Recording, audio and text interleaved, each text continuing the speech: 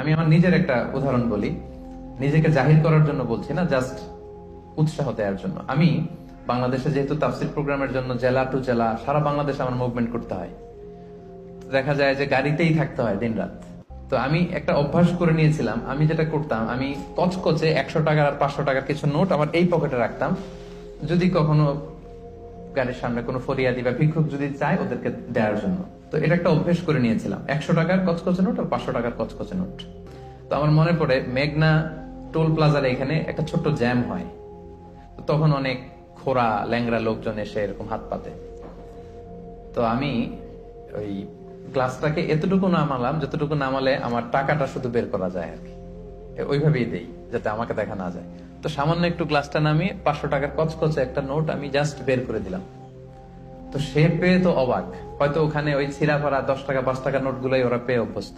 500 টাকার কচকচে নোট যখন পেয়েছে তখন সে এভাবে হাত তুলে দোয়া করতেছে, আর হাসি, কি হাসি, ভুবন রাঙানো হাসি।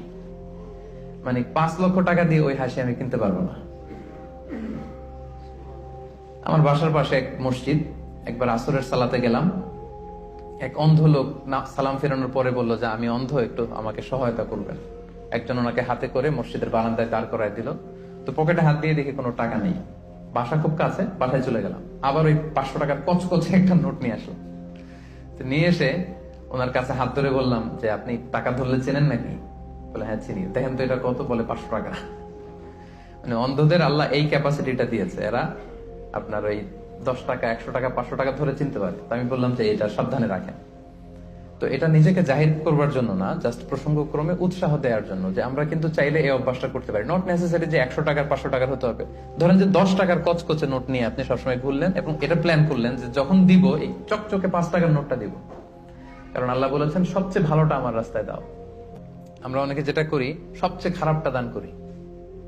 ধরেন ফর এন এক্সাম্পল, আমের বাগান আছে আপনার, তো আপনি ভাবলেন যে কিছু গরিবদেরকে দান করবেন। তো যেটা করে আমাদের দেশে সবচেয়ে পচা যেগুলো, ওইটার একটা বস্তা করে। ওইটা কেন? ওইটা দান করবে উনি। এরপর ধরেন রিক্সা থেকে, আপনি বাংলাদেশের উদাহরণ দেয়, রিক্সা থেকে নামছেন, হঠাৎ একজন ভিক্ষুক ফরিয়াদি এসে হাত পাতল। তো এখন আপনি ভালো মানুষ, আপনি দান করেন, দিতে চাচ্ছেন, তো পকেট থেকে টাকা বের করে খুঁজতেছে যে সবচেয়ে পুরাতন নোট কোনটা। আপনাদের মধ্যে থেকে আপনারা হয়তো এগুলো করেন না, আলহামদুলিল্লাহ। যারা অন্যান্যরা যারা করে তাদের কথা বলছি এখানে। তারপরে দেখবেন যে 5 টাকার স্কচ টেপ দিয়ে লাগানো থাকে না ছেঁড়া নোট গুলো, ওইটা খুঁজে যে ওইটা দিব। তো এইটা যদি করেন এটা আপনি ভুল করছেন, কারণ এই দানটা বেসিক্যালি আপনি আল্লাহ তাআলাকেই করছেন। কিয়ামতের দিন আল্লাহ বলবে আমার তুমি খাবার দিলা না, আমাকে পোশাক দিলা না, আমাকে সাহায্য করলা না। বনি আদম বলবে আল্লাহ বলেন কি, আপনি খাবার চাইলে তো সারা দুনিয়ার সব দামি দামি খাবারের বস্তা আপনার কাছে এনে দিতাম, আপনি পোশাক চাইলে তো আমারটাই খুলে দিতাম। আল্লাহ বলতেন ওই যে অসহায় পীড়িত দুস্থ সুবিধা বঞ্চিত মানুষগুলোকে খাওয়ালে আমাকে খাওয়ানো হতো, তাদেরকে পড়ালে আমাকে পড়ানো হতো। তো এই যে আপনি ছিঁড়া নোটটা যে গরিবের হাতে দিলেন, আসলে ওইটা আল্লাহরে দিচ্ছেন আপনি। এটা করবেন না, এটা কখনোই করবেন না। আল্লাহ তাআলা বলছেন ওয়ালা তায়াম্মামুল খাবিসা মিনহু তুনফিকুন, খারাপটা আল্লাহরে দিও না, আল্লাহর রাস্তায় ভালোটা দিবে। লান তানালুল বিররা হাত্তা তুনফিকু মিম্মা তুহিব্বুন, সবচেয়ে ভালোটা যদি আপনি আল্লাহর রাস্তায় দিতে না পারেন তাহলে আপনি তো ঈমানদারই হতে পারলেন না।